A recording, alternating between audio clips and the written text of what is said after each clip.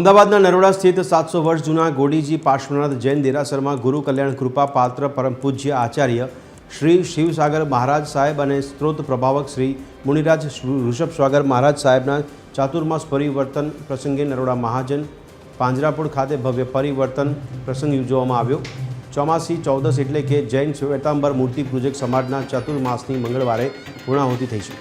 ત્યારે આજે બુધવારે જૈન સાધુ સાધ્વીજી ભગવંતોના ચાતુર્માસ પરિવર્તન શરૂ થયા, એટલે કે 4 મહિના સુધી એક સ્થળે સ્થિરના બાદ ચોમાસી 14 બાદ વિહાર શરૂ કરશે।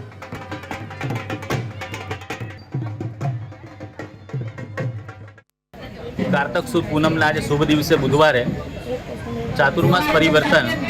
नरोड़ा महाजन પાંજરાપોળની અંદર કરવામાં આવ્યું